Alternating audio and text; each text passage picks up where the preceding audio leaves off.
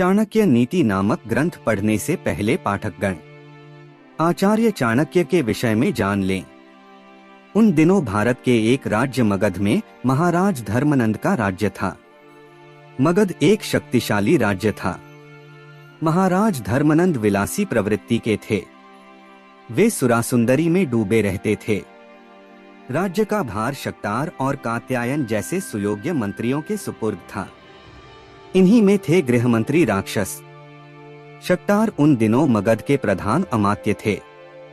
महामात्य Shakhtar महाराज की विलासिताओं से बहुत चिंतित थे। उनके मित्र थे चणक। चणक एक कृषकाय महाराज ब्राह्मण थे और पक्के देशभक्त थे। वे महामात्य को चेताते रहते थे कि धर्मनंद की विलासी प्रवृत्ति एक दिन मगध को पतन के कगार पर ले जाएगी।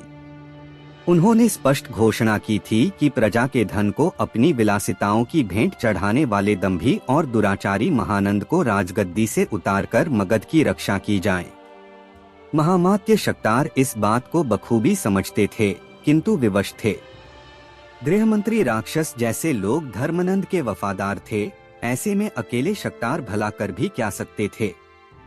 दूसरे महाराज धर्मनंद उन्हें संदेही दृष्टि से देखते थे, क्योंकि गृहमंत्री राक्षस जिनकी दृष्टि महामात्य के पद पर थी, उनके विरुद्ध महाराज धर्मनंद को भड़काते रहते थे।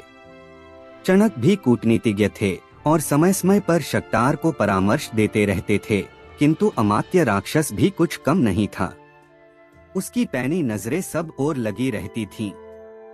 एक दिन उसने महाराज धर्मनंद के मन में शक्तार और ब्राह्मण चणक के प्रति संदेह का बीज बो ही दिया। फलस्वरूप ब्राह्मण चणक शक्तार और शक्तार की पत्नी और पुत्री को महाराज के आदेश से बंदी बना लिया गया और राक्षस को नया महामात्य घोषित कर दिया गया। ब्राह्मण चणक और शक्तार पर राजद्रोह का आरोप था। महाराज महानंद शक्तार से ज्यादा खरी-खरी सुनाने वाले और अपनी कारगुजारियों का प्रबल विरोध करने वाले ब्राह्मण चणक से अत्यंत क्रोधित थे। आथ कायदे कानून को ताक पर रखकर उन्होंने अंधा आदेश जारी किया कि इस फूस से ब्राह्मण का सिर काटकर चौराहे पर लटका दिया जाए, जिससे नंद विरोधियों को सबक मिले। किंतु महामात्य राक्षस इस पक्ष में नहीं थे। उन्होंने ब्राह्मण चणक से आग्रह किया कि वे महाराज धर्मनंद से माफी मांग लें, मगर चणक भी अपने निश्चय पर दृढ़ थे। चाहे जान चली जाए, किंतु दुराचारी के समक्ष नहीं झुकेंगे।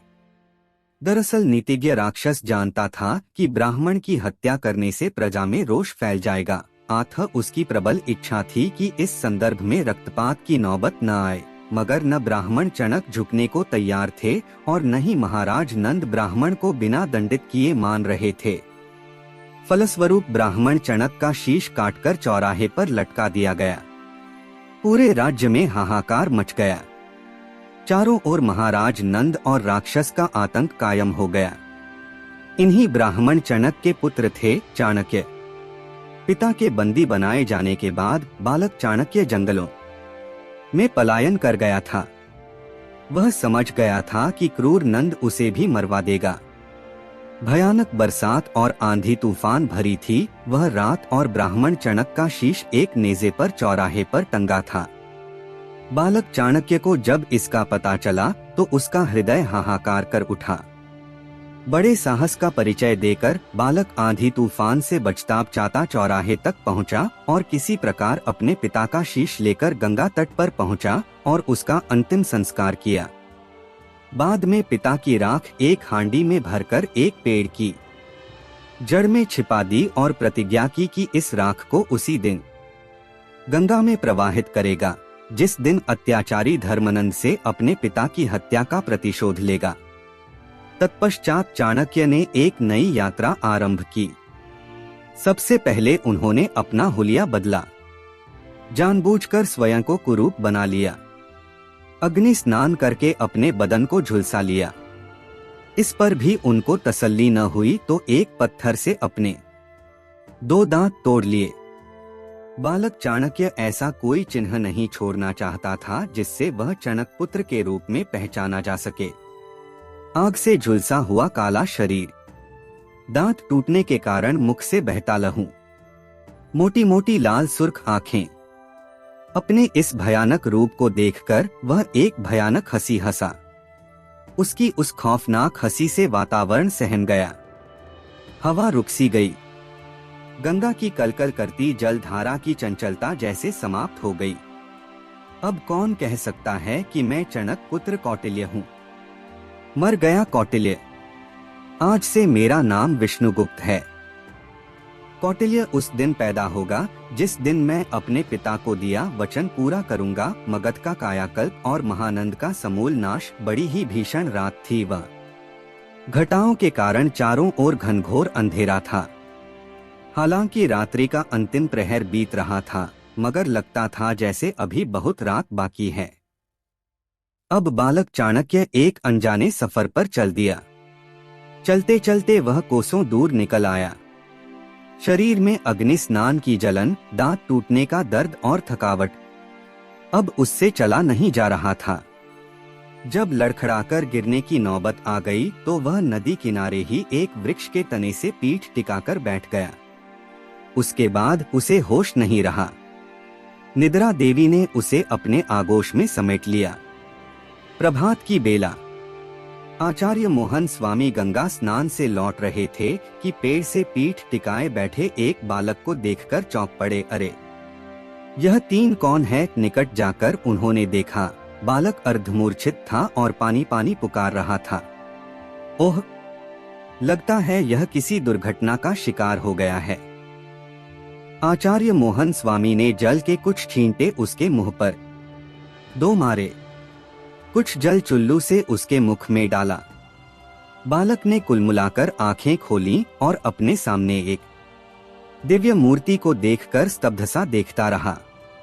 तुम कौन हो बालक? आचार्य मोहन स्वामी ने आत्मीयता से पूछा। और इस अवस्था में कैसे पहुंचे? क्या कोई दुर्घटना घटी है? विष्णुगुप्त उठे। समझ गए कि नीति का खेल प्रारंभ हो चुका है। आचार्य को प्रणाम कर बताया, मेरा नाम विष्णुगुप्त है महात्मन। संसार में अकेला हूँ। किंतु तुम इस दशा में कैसे पहुँचे? एक दुर्घटना हो गई महात्मन। मैं लकड़ियां बीन बेचकर अपनी गुजर बसर करता हूँ। लकड़ियां जलाकर भोजन बनाते समय कपड़ों में आग लग गई, जिससे मेरे शरीर ने अग्नि स्नान किया। बड़ी कठिनाई से गंगा मैया की गोद में जाकर आग बुझाई।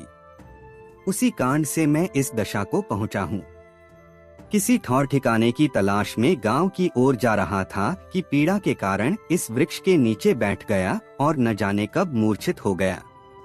तो क्या तुम बिल्कुल नितांत हो? तुम्हारा कोई नहीं? नहीं महात्मन, ऐसा नहीं है।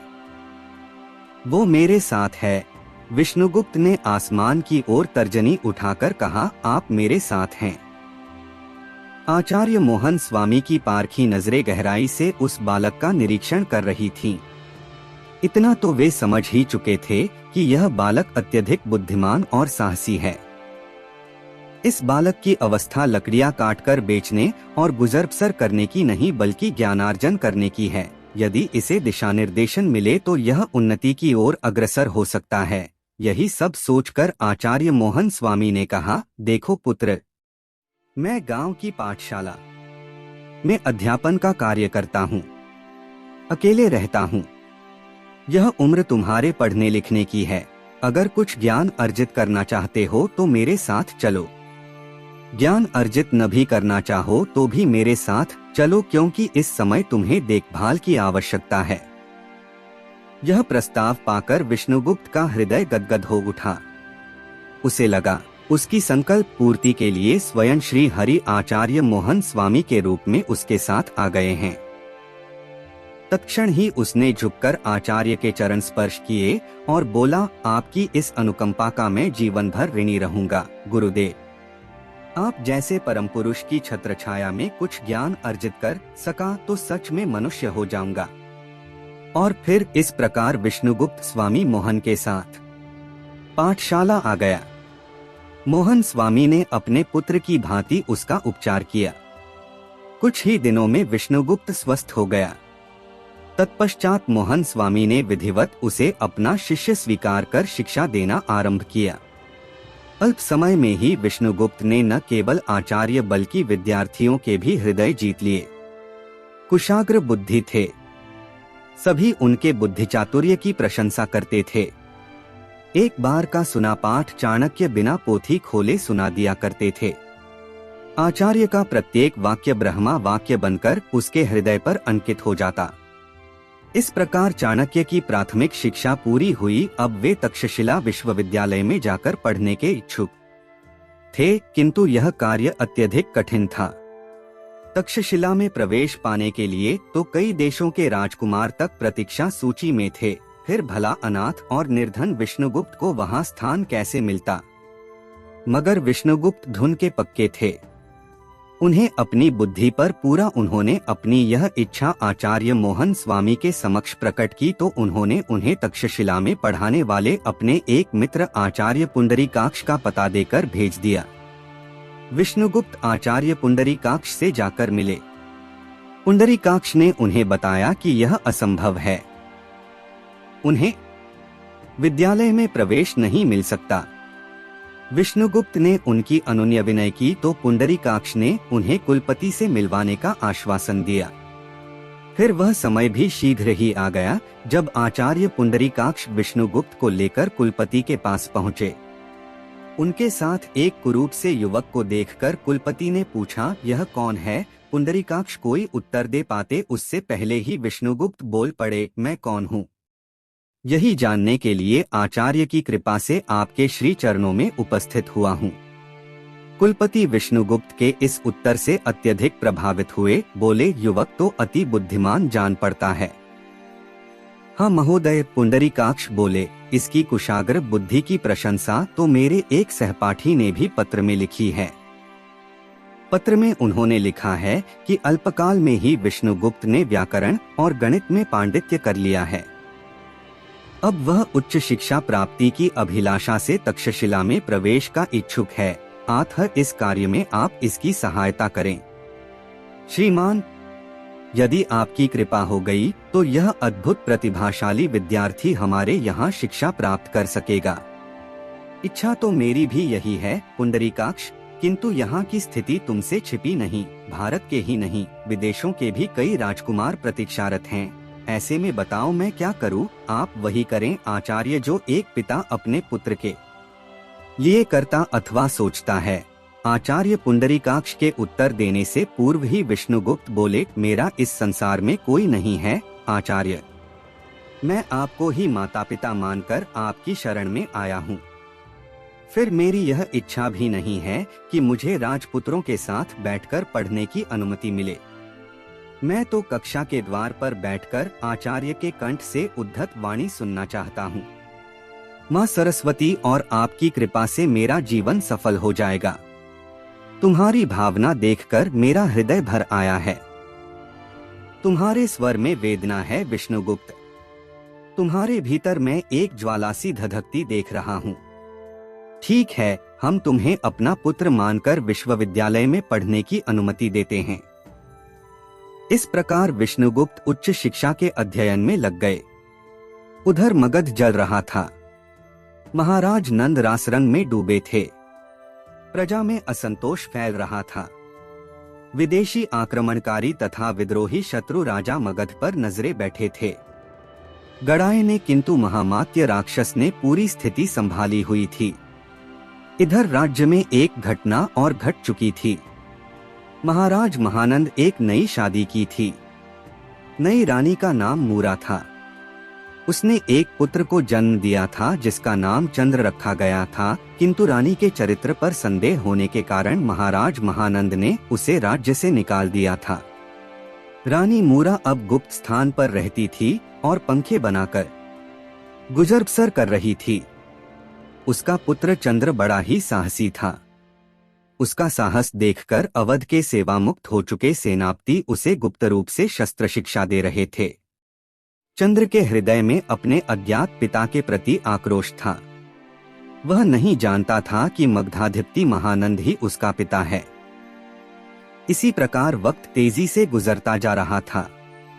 चाणक्य ने खूब मन लगाकर अपनी शिक्षा पूर्ण की। तत्पश्चात अपने पांडित्य के बल पर वे तक्षशिला में ही प्राचार्य के पद पर आसीन हो गए।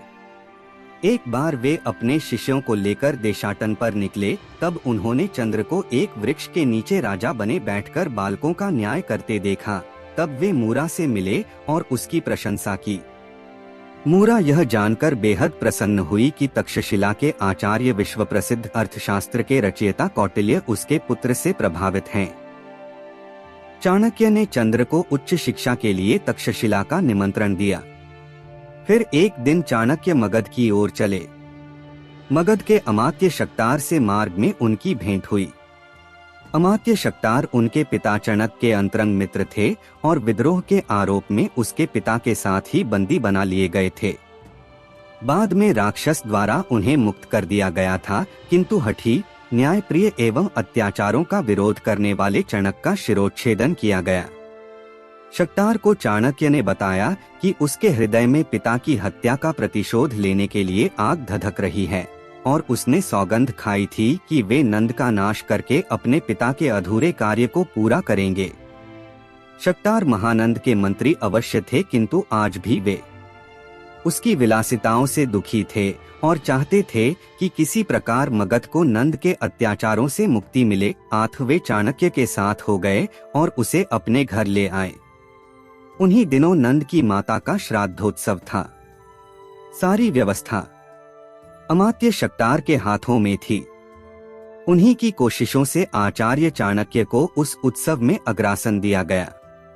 अन्य बहुत से ब्राह्मण भी वहां उपस्थित थे। वे कुरूप और कालेक्लुटे चाणक्य को अग्रासन पर बैठे देखकर कुपित हुए, किंतु विरोध करने का साहस भला किसमें था। तभी सभा में महानंद आए और अग्रासन पर काले कुरूप ब्राह्मण को देखकर विफर उठे। उन्होंने चाणक्य को अपमानित किया और सभा से धक्का देकर निकाल दिया। हालांकि राक्षस ने उसे बताया कि आमंत्रित ब्राह्मण तक्षशिला के सुप्रसिद्ध आचार्य विष्णुगुप्त वात्स्यायन हैं, जिन्होंने कौटिल्य के नाम से अर्थशास्त्र की रचना की है। किंतु दुराचारी, दंभी और अन्यायी महानंद ने किसी की नहीं सुनी। यह देख दूसरे ब्राह्मण अत्यंत प्रसन्न हुए, किंतु जब चाणक्य को धक्का देकर महानंद ने पूरे ब्राह्मण समुदाय को पाखंडी और धूर्त कहकर अपमानित किया, तो पूरे ब्राह्मण समुदाय में आक्रोश फैल गया। तब ब्राह्मण चाणक्य ने अपनी शिखा चोटी खोलकर प्रतिज्ञा की कि इस शिखा में गांठ वे अब तब ही लगाएंगे जब मगध को महानंद के अत्याचारों से मुक्त कर देंगे। बस इसके बाद विष्णुगुप्त वात्स्यायन वहां एक पल भी न रुके। बाद में उन्होंने राजनीति की ऐसी शतरंज बिछाई कि चारों ओर उन्हीं की जय जयकार होने लगी। विश्व विजय का स्वप्न देखने वाले सिकंदर को भी उन्होंने लताड़ दिया। शक्तिशाली महामात्य राक्षस के होते चाणक्य ने अपनी शपथ पूरी कर अपने पिता की हत्या का प्रतिशोध लिया और भारत पर महानंद और मूरा के पुत्र चंद्रगुप्त को आसीन कर पूरे भारत को एक झंडे के नीचे लाने जैसा दुरूह कार्य कर दिखाया। तत्पश्चात चंद्रगुप्त ने उन्हीं की नीतियों का अनुसरण करते हुए एक लंबे समय तक भारतवर्ष पर शासन किया। प्रस्तुत पुस्तक में उन्हीं चणक पुत्र चाणक्य की नीतियों को भावार्थ एवं व्याख्या सहित प्रस्तुत किया गया है। मेरा विश्वास है कि चाणक्य की यह नीति आज भी उतनी ही सार्थक एवं प्रभावशाली है जितनी उस काल में थी। यदि शासक एवं प्रजा वर्ग आज भी चाणक्य नीति के अनुसार अपने अपने कर्तव्य को निभाए तो एक नए भारत की तस्वीर हमारे सामने आएगी।